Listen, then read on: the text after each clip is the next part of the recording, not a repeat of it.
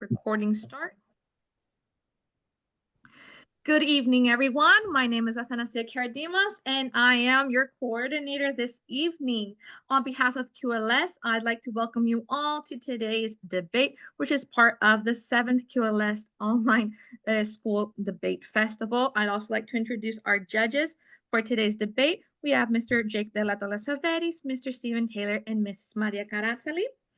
The motion for today's debate for the C1, C2 level is this House believes genetically modified food should be banned.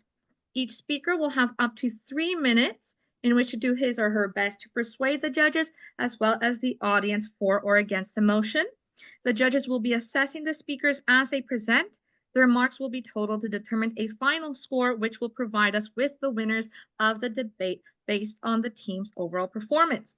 The teams participating in this debate are Neon School in Greece, as well as Gipapa School in Greece. As always, there are 3 speakers for the motion, Eleni, Ekaterini, and Georgia, as well as 3 speakers against the motion, Argiro, Athina, and Maria Electra. I'd like to remind all speakers that they have 3 minutes each to present their arguments. Rebuttal speakers have up to 4 minutes. I'll remind you all by saying 1 minute when you have 1 minute left.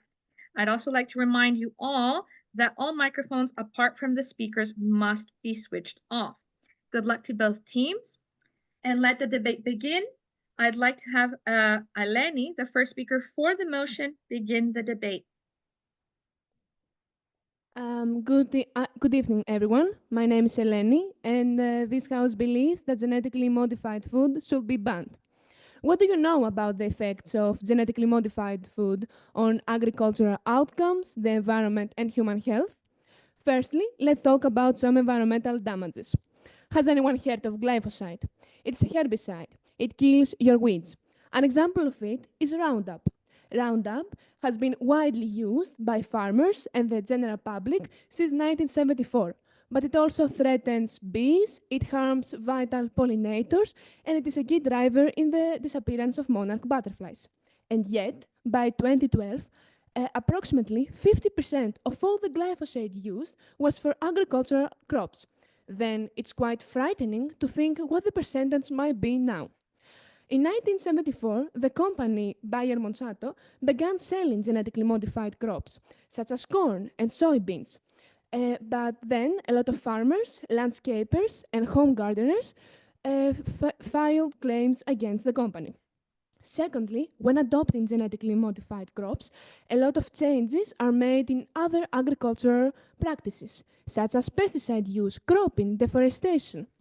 As we already know, genetic modification produces genetically modified animals, organisms.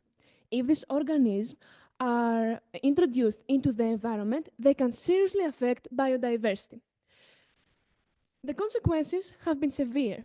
For example, dramatic losses for farmers who face rejection from export markets that ban genetically modified crops.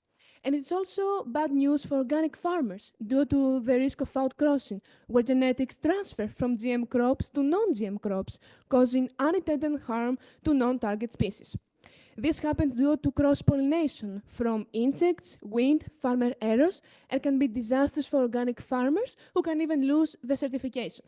Bayer Monsanto, remember them? They supply now the majority of GM seeds, along with the other big 4 companies. Corteva, Chen China Syngenta Group, and BASF. Do you want to imagine a world where 4 companies control what crops are grown for human consumption? Well, I don't. Thank you for listening to me. Thank you very much, Eleni. And now I'd like to have the first speaker against the motion, Argiro.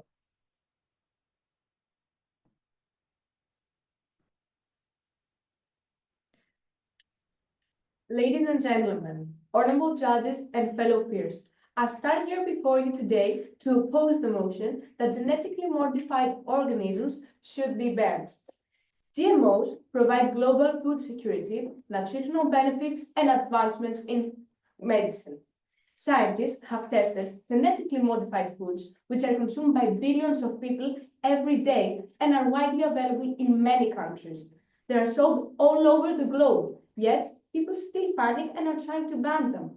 I wish to reassure you that you should not concern yourselves for three very good reasons. Firstly, GMOs ensure food security. As the global population grows and the percentage of world hunger rises, it is essential that food production increases so it can feed billions of people, especially those in developing regions. GMO crops have been proven to be a crucial solution to dealing with this problem. Compared to traditional farming methods, GMO food production can be faster and cheaper, which means feeding more people with less costs and time. The most asked questions are GMOs safe to consume? Do GMOs have nutritional value? According to many scientific organizations, including the World Health Organization and the National Academy of Sciences, GMOs are considered safe to eat, and in fact, according to the US Food and Drug Administration, some GMO plants have been actually modified to improve their nutritional value. Take the flavor saver tomato, the first modified food to be approved for public consumption by the FDA in 1994, designed to be firmer and stay fresh for longer. Lastly, while GMOs are primarily known for their contribution to food production, they also play a crucial role in human health. GMOs have revolutionized medicine by making treatments more accessible, effective, and affordable. For example, GMOs are responsible for the production of insulin for diabetes and developing vaccines and synthetic antibodies to treat diseases like cancer. In conclusion, banning GMOs would be a setback, making it nearly impossible to live a GMO-free life. It would put food security at risk and a lot of regions will starve, threaten advancements in medicine, and limit access to essential treatments. Instead of fighting GMOs, we should embrace them and use them. Therefore, we urge you to vote against the motion. Thank you. Thank you, Arito. Now it is the turn of the second speaker for the motion, Ekaterini.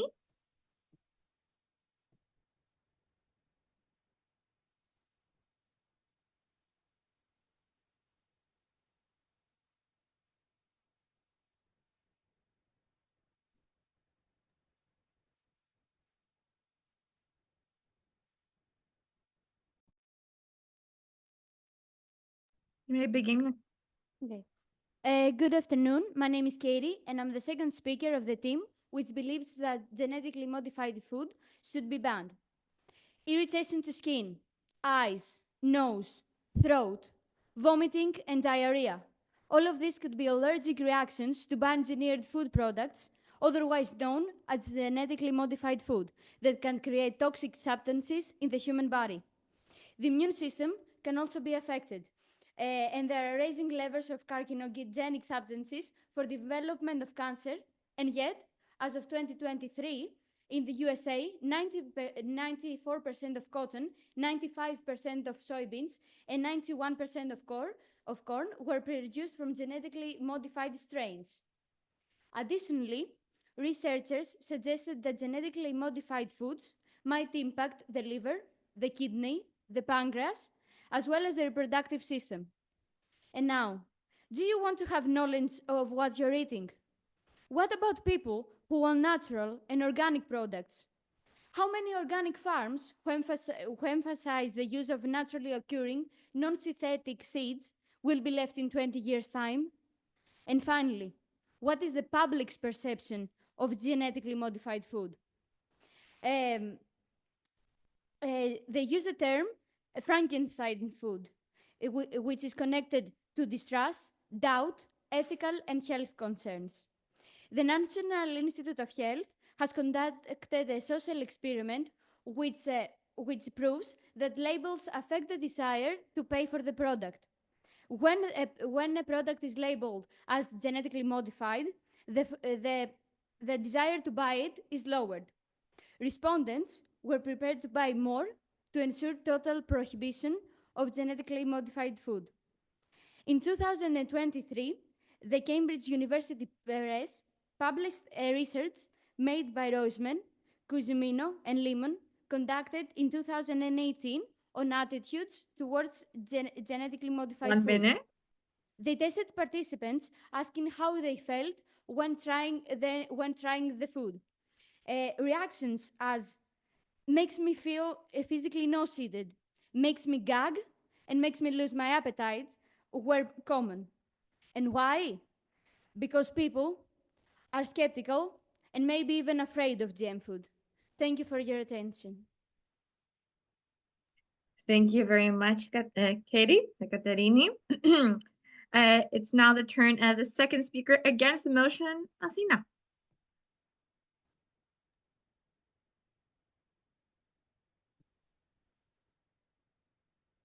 Good evening, ladies and gentlemen, esteemed judges, and fellow debaters.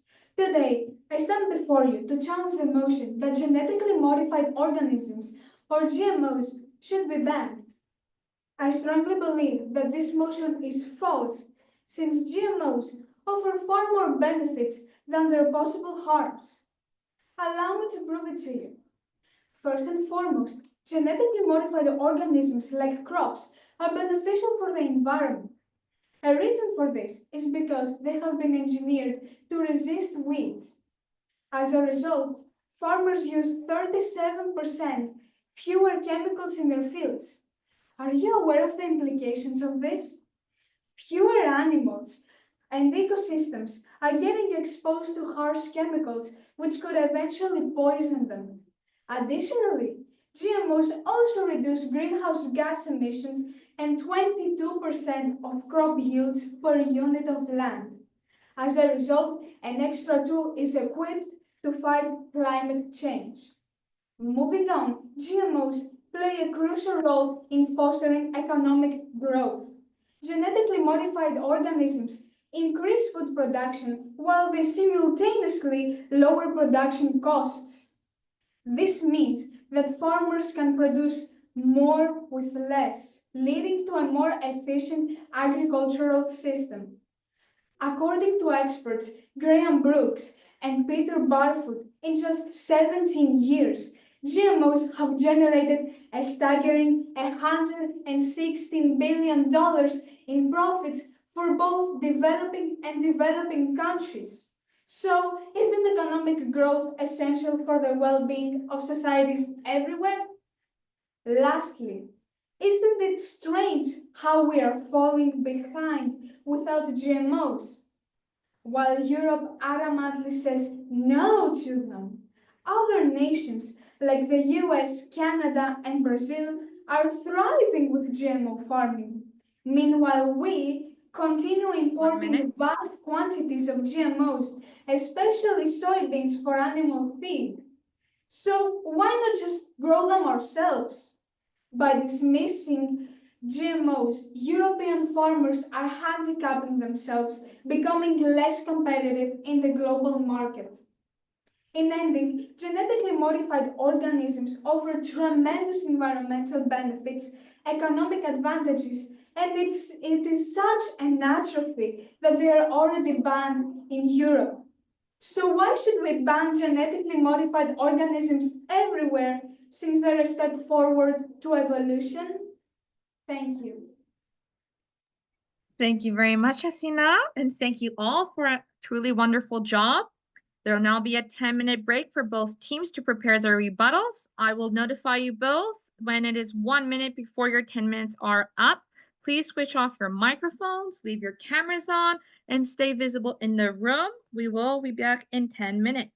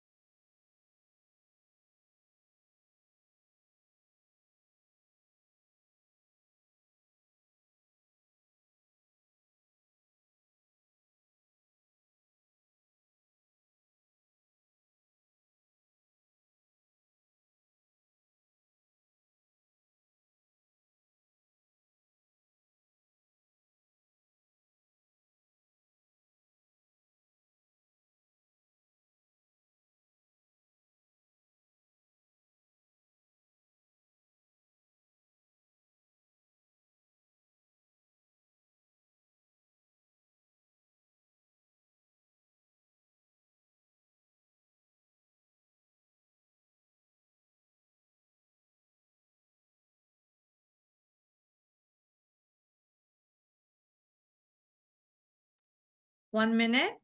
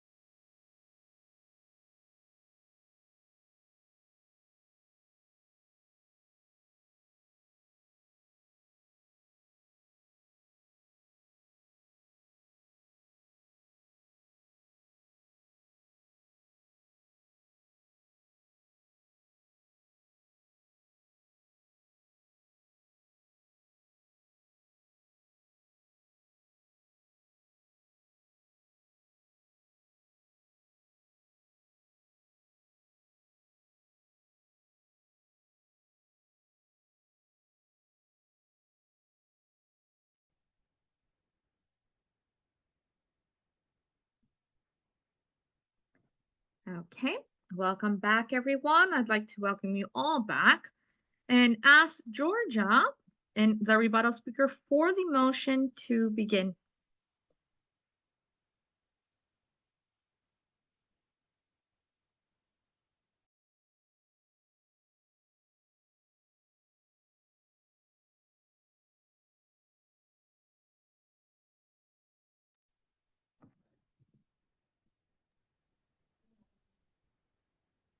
Hello everyone, my name is Georgia and I'm the rebuttal speaker for the team which believes that GM food should be banned. Of course, right now, GM food has its advantages, but will this still apply in the future? Do you think that it will be as beneficial? Would you prefer a couple of years of progress in exchange for resentment? Let me explain what I mean. To begin with, your first speaker talked about how GM food is faster and cheaper in general. However, we know that companies like Monsanto, Syngenta, and other big companies have patents on their products, which eventually means higher prices in the market. So, do you really think that it's cheaper in general? Another thing that your first speaker mentioned was international bodies and that they have come in conclusion that the health risks of GM food don't hardly exist. As a matter of fact, we know that by a study of an England journal, medicine used in pesticides from GM farms may contribute to antibiotic resistance, which eventually we consume, and many people might have allergic reactions to them. As a matter of fact, allergic reactions can be a crucial part for GMOs, as the companies are not obligated to mention their ingredients in their ingredient list. Now, your second speaker talked about environmental impacts. Labs, as we all know, use pesticides which are built in their plants. However, these pesticides, they're constantly expressed through the plants. As a result, pests grow resistant to the pesticide, and the pesticide it becomes useless. This leads to the companies having to use harsher chemicals, leading to more hazardous chemicals ending up on our soil, air, and water, which of course we later end up inhaling. So, do you 1 minute. think that they're beneficial? And finally, your last speaker talked about US and Canada, mentioning on how they're thriving. Does this still apply to organic farmers? Or does it apply only to big companies. So, what do you really think? Is the aftermath really worth the outcome? Think about it. Thank you for your time. Thank you very much, Georgia. Now, the rebuttal speaker for the motion, Maria Electra, we're ready for you. Against the motion, I'm sorry, Maria Electra, we're ready for you. Oh, yes. Shall we start? Yes, please. Good afternoon, esteemed judges, teachers, and fellow students. Since the beginning of GMOs, many have suggested banning them out of concerns for a variety of problems that might occur. However, what if they are wrong? And what if GMOs are actually an ally to humanity? I stand before you against the motion. I do realize your concerns. However, please allow me to address them and convince you of the benefits and safety of GMOs. Your first speaker mentioned that there are worries about the environmental impact of GMOs. While concerns about the environment are valid, GMOs can actually reduce the environmental footprint of farming. For example, through engineering, we can create crops that are more resistant to pests and chemicals. In this way, we can reduce polluting nearby ecosystems. Moreover, GMOs can be designed to be more water efficient, adaptable to droughts, minimizing the misuse of natural resources. Your first speaker mentioned that GMOs could lead to economic inequality by pushing small farmers out of business. First things first, we are not here to discuss about business, but rather the use of GMOs. There are organizations such as the International Finance Corporation responsible for the control of the companies developing GMOs, and I trust them to do their work right. Additionally, by using crops resistant to pests, agricultural productivity could be increased, leading to the reduction of losses and the benefit of the farmers. In fact, the latest analysis that shows that GMOs could have brought profits up to $116.6 billion in a period of just 17 years. I think that says it all. Both of you speakers mentioned that they worry about unintended side effects on human health. I hear your concerns, but don't forget that GMOs consist of multivitamins, making them more nutritionally enhanced than regular foods. In this way, we can prevent common causes of death, such as cancer, diabetes, and other heart diseases. Your second speaker stated that GMOs make consumers nervous and afraid. However, with the introduction of GMOs in the market, we can give consumers a wider range of options to choose from. It is obvious that GMOs won't be liked by everybody. However, I am certain that there are many people worldwide that value their many benefits, such as lower prices and nutritional enhancement. To conclude, I strongly believe that people are afraid of the term genetically modified organisms rather than the actual product. That is because the name sounds too technical and complex, and no one has invested any time in explaining to them what the process is. Of course, people will worry about safety. That's natural.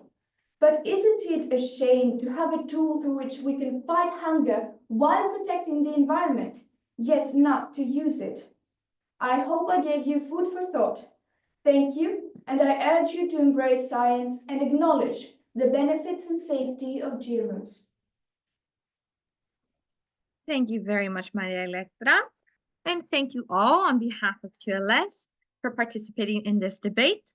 You will all be given participation certificates in the 7th QLS Online School Debate Festival. Your final scores will be announced on the QLS Facebook page, I believe now on Monday, March 24th. and emailed, of course, to all participating schools. We'd like to finally thank our sponsors, Equals, Express Publishing, Burlington Books, and Hamilton House. This is our final debate for today. I'd personally like to thank you for your patience, for your persistence, and for your grace, as well as for your time. Thank you to my support team, Anastasia. Thank you to our judges. Thank you to all participating schools and our viewers. Anastasia, we have a message from our chair. Yes, we do. We do. We have a message from our chair, a closing message from our QLS chair, Mrs. Natasha Turiki. And with this, I am finished for tonight. Have a good night and see you tomorrow morning at 9. Good night and good luck. Thank you very much. Thank you. Thank you. Thank you. Thank you. Dear students, teachers, and esteemed judges, as we come to the conclusion of the 7th QAS Online School Debate Festival, I want to take a moment to express my sincere appreciation to each and every one of you. Your passion and dedication have been truly inspiring. The level of thought and documentation displayed today has been remarkable, and I am proud to see such bright minds in action. I would also like to extend our deepest thanks to our sponsors for their generous support which made this event possible. Their commitment to nurturing education and fostering critical thinking among students is invaluable. To all the participants, whether you are taking home a prize or not, you have all shown outstanding skills and courage. Keep pushing yourselves, keep debating, and keep striving for excellence. You are the future, and I have no doubt that you will continue to achieve great things. Once again, thank you to everyone who made this event a success, and congratulations to all the participants. We look forward to seeing you again next year.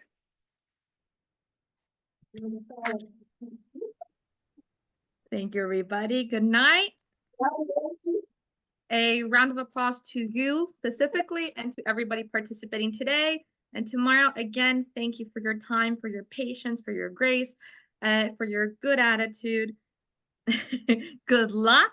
You are all winners simply by participating. Okay. Exactly. Thank you very much. Good night, everybody.